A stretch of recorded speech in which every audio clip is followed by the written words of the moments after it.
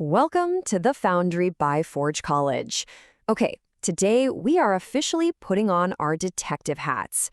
In our last explainer, we tackled reducing consensus delays through pre-ordering, which, gave us some incredible strategies for getting our transactions into a block predictably. But what happens after that? What happens when your beautifully crafted transaction actually makes it into a block and then just spectacularly fails? It reverts, leaves your contract in some completely unexpected state, and you're just sitting there. Instead of crying in front of your monitor, and hey, we've all been there, how do you figure out exactly what went wrong under the hood? Well, that is exactly what we're going to master today, as we explore using geth-debugging for deep opcode level traces. Here's our roadmap for today. We'll be looking at 1. The transaction mystery, 2. What is a trace, 3. Decoding the evidence, 4. Extracting the trace, 5. Building a debug report, and finally, 6. Case closed. Let's dive right in. Section 1. The Transaction Mystery, Investigating the EVM. When a transaction reverts, you are essentially walking into a digital crime scene. The block has already been mined, the execution is totally over, and you are just left with the messy aftermath. You know something went wrong, but the error messages? Yeah, they are notoriously vague. You usually just get a frustrating execution reverted staring back at you. Now, this perfectly illustrates the fundamental difference between standard event logs and actual execution traces. Think of event logs like a handwritten store receipt. They are just eyewitness accounts written by the developer. They only show what the dev specifically decided to write down. If they forgot to emit an event right before the crash, you get nothing. You're entirely in the dark. Execution traces, though, they are the 4K unblinking security camera footage of the EVM. They don't care about the developer's foresight at all. They show you the exact deterministic instructions, every single microscopic step, whether the transaction succeeded beautifully or crashed and burned. Section 2. What is a trace? To actually get our hands on that high-definition security footage, standard block explorers just aren't going to cut it. We have to go straight to the source. We use this incredibly powerful, low-level RPC method called debug_trace transaction. This acts as our ultimate forensic bridge.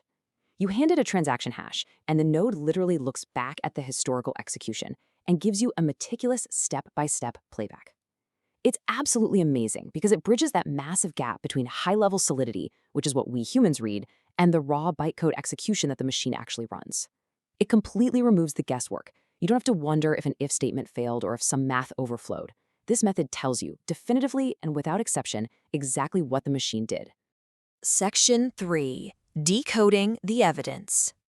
Now, when you get this trace back, honestly, it looks like an intimidating wall of JSON data, just a massive matrix of hex codes that could make your eyes cross. But let's translate that terrifying EVM jargon into actionable clues by breaking down its core fields. First up, the PC field, the program counter. This is basically your index finger, pointing to the exact deployed opcode currently running. Then you have op, which is the verb, the actual machine operation, like a call to talk to another contract or an SSTORE to save permanent data. The gas field shows your remaining fuel in the tank at that exact microsecond, absolutely crucial for finding those sneaky out-of-gas errors. Then there's the stack, which is essentially the EVM's temporary scratch pad for math and memory pointers. And finally, storage shows the permanent state changes being etched into the blockchain. Once you understand these 5 distinct fields, you can decode literally any trace. Section 4. Extracting the trace. So, knowing what the evidence looks like is great, but how do you actually coax this massive, sometimes gigabyte-sized JSON file out of your local node? You can't just ask nicely. You have to format an RPC request correctly. You can do this quick and dirty with a raw curl command right in your terminal, or you can write a nice little Node.js script using a library like ethers.js. Whether you go with curl or a script, you absolutely need specific parameters to force the node to hand over the goods. The method is always debug_trace transaction. Your first parameter is your mystery transaction hash. Then, in the options object, you want to explicitly set tracer to null. This requests the full default trace format, guaranteeing you get all the opcodes, stack data, and memory dumps.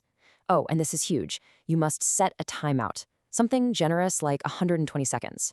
Replaying heavy, complex transactions takes serious computational time, and there is literally nothing worse than your request abruptly dying at 119 seconds because the node just gave up. When the node finally responds, your payload contains this massive array called struct logs. This array right here, this is the Holy Grail. It is quite literally the step-by-step footprints of the execution. Every single entry inside is a tiny snapshot in time, showing the program counter, opcode, gas, and the unfalsifiable state of the stack and memory for that exact microsecond. This is your raw, uncontaminated evidence, totally ready for analysis. Section 5. Building a debug report. As you'll quickly learn in your Forge College courses, dropping a 50-megabyte JSON file on your lead engineer's desk isn't debugging. That's just passing the buck. We need to translate this data into a structured debug report. Here is the forensic workflow. Step 1, confirm your node actually has the historical block. Step 2, run your extraction script to get that struct logs array. Step 3, scan the logs specifically for call and static call frames. This shows you exactly how different smart contracts were interacting with each other. Step 4, collect the SSTORE and SLOAD operations, which are the critical moments where permanent state was modified. And step 5, find and annotate the exact revert frames.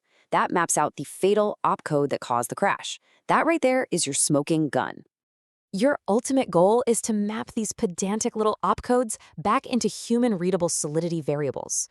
Your final report needs the target transaction hash, a hard link to the raw JSON file for verification, and a condensed trace that swaps out the raw hex codes for actual function names. Most importantly, it needs a short interpretation of the state changes and reverts. You're the lead detective here. This is where you tell the compelling story of exactly why the transaction failed, based entirely on the evidence you just decoded. Section 6. Case closed. And just like that, we've successfully extracted the trace, decoded the intimidating EVM opcodes, and filed our report. Keep this core philosophy in mind. Debugging is just structured detective work. The execution traces give you the what, the exact opcodes frozen in time. The call frames and storage diffs give you the how, the complex cross-contract interactions. And mapping that program counter to your contract's ABI, that gives you the why. Being able to clearly explain that why is absolutely what separates an average coder from a top-tier Web3 developer. Now, I know exactly what you're thinking. Scrolling through thousands of lines of JSON and translating hex codes by hand sounds incredibly tedious. And you know what? It really is. Doing it by hand builds character, sure, but doing it with automated scripts builds careers. So now that we understand the mechanics, aren't you ready to automate the heavy lifting? In our next explainer, we're going to use custom scripts and ABI decoding to programmatically translate these trace frames instantly. That wraps up our explainer on Git debugging and execution traces. Building these forensic skills early will save you, literally countless hours of frustration down the road. Make sure to visit forge.college to dive deeper into this subject, grab the code snippets we talked about today, and discover even more fantastic Web3 resources. Keep exploring, keep debugging, and I'll catch you in the next one.